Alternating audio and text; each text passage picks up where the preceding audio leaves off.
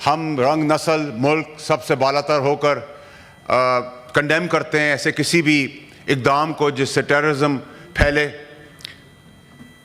But at the same time اگر ہم پہ کوئی چیز زبردستی تھوپ دی جاتی ہے، کمپلشن بنا دیا جاتا ہے، تو ہم پھر اس سے پیچھے نہیں ہٹیں گے. ہم جنگ نہیں چاہتے، ہم پیسفل ملک ہیں، لیکن اگر جنگ ہوئی تو میں بتانا چاہتا ہوں کہ پورا پاکستان اپنی فوج کے پیچھے کھڑا ہوا ہے، اور ہم پھر انڈیا کو بتائیں گے کہ ہم کہاں سے گھسیں گے اور کہاں پھٹیں گے، ان کو یہ بھی نہیں پتہ چلے گا. نمبر 1. نمبر 2 یہ کہ جو پانی کی انہوں نے دھمکی ہمیں لگائی ہے، اتفاق سے میں وزیر رہ چکا ہوں پانی کا، تو یہ کوئی نلکا تو ہے نہیں کہ پانی کو ڈائیورٹ کر دیں گے، اور ٹریٹی جو ہے وہ 2 ملکوں نے سائن کی ہے، ون سائیڈڈ ہو نہیں سکتا.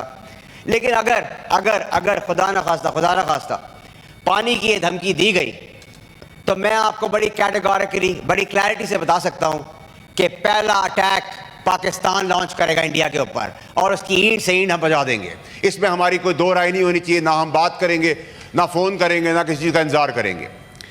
دیکھیں چیئرمین صاحب، ہمارے ملک میں ہم سب یکجا ہیں جب بات آ جائے ہمارے ملک کی. یہ ایک بڑا امپورٹنٹ ٹائم ہے ہمارے لیے. شہباز شریف صاحب کے لیے ایک بڑا امپورٹنٹ لیڈرشپ کا، اسٹیٹسمینس کا، پرائم منسٹر ہونے کا، جمہوری ہونے کا ایک موقع ہے کہ ہم تمام پولیٹیکل پارٹیز جو ایکجا ہیں سمیت تحریک انصاف، ان کو ایک جگہ بٹھائیں، آل پارٹیز کانفرنس بلائیں. اور اس میں میں کسی کو یہ نہیں کہہ رہا کہ کوئی کسی کو معاف کر دے، کوئی کسی کا کیس بند کر دے، کوئی کسی کو پرائم منسٹرشپ دے دے، لیکن یہ ہمارے گھر کا معاملہ ہے. میں نے 9 مئی کیا ہے، 10 مئی کیا ہے، 11 مئی کیا، آئین اور قانون میرے پاس موجود ہے، وہ اس کو بعد میں دیکھ لیں گے. یہ ہمارے گھر کا معاملہ ہے. لیکن جب ہمارے گھر کی طرف کوئی باہر والا دیکھے گا تو ہم سب پھر ایک ہیں. اس میں ہماری کلیئرٹی ہونی چاہیے. ایک اور چیز چیئرمین صاحب، یہ کہ جب ہمیں اتفاقاً قدرت کی طرف سے، اللہ کی طرف سے ایک ایسا آرمی چیف ملا ہے جو قابل آرمی چیف ہے، جو کانفیڈنٹ ہے، جو ویل پلانڈ ہے، جو کریجس ہے، جو ٹرینڈ ہے، جو ایگزیکیوٹر ہے، جو ویژنری ہے، جو پریپیئرڈ ہے، جو بیٹل ہارٹن ہے، جس کے پاس تمام بھرپور کوالٹیز ہیں، اور ایک ان ٹیم مسٹینگ ہے، ایک بے قابو گھوڑا ہے. جب پاکستان کی باری آ جائے تو پھر فکر کس چیز کی؟ اور کس چیز کی ہم فکر کریں؟ جب اللہ تعالیٰ نے اسباب اور وسیلے بنا دیے، سیکیورٹی ان کے حوالے کر دی ہے، تو پوری قوم اپنی فوج کے پیچھے اور دشمن کے آگے کھڑی ہے.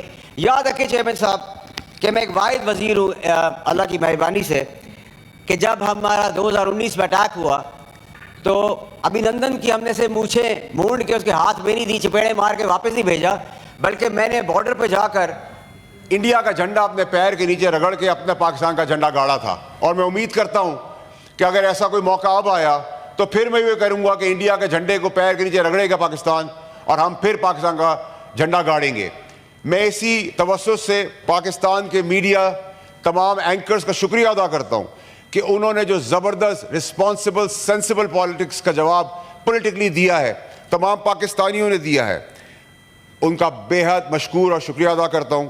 یاد رہے چیئرمین صاحب کہ ہمارا ملک ایک ایسی جگہ پہ اس کی پیدائش ہے، ایک ایسی آرٹری ہے ہم، کہ اگر ہم چوک ہوئے تو پوری دنیا چوک ہو جائے گی. اور خدا نہ خواستہ یہ جنگ ہوئی تو انڈیا پاکستان کی جنگ نہیں ہوگی، یہ پہلے حصے میں خطے کی جنگ ہوگی، اس ریجن کی جنگ ہوگی، اور اگر مزید اس کو بڑھایا گیا تو پوری دنیا کی جنگ بن جائے گی. اور ہماری نیبرنگ جو دوست ملک ہمارے پیچھے کھڑے ہیں وہ بہت ہی تگڑے اور قابل دوست اور مخلص ہیں، اور آج پاکستان کے ساتھ پوری دنیا ایک جہاں ہو کے کھڑی ہے، تو یہ بھی پاکستان کی کامیابی ہے.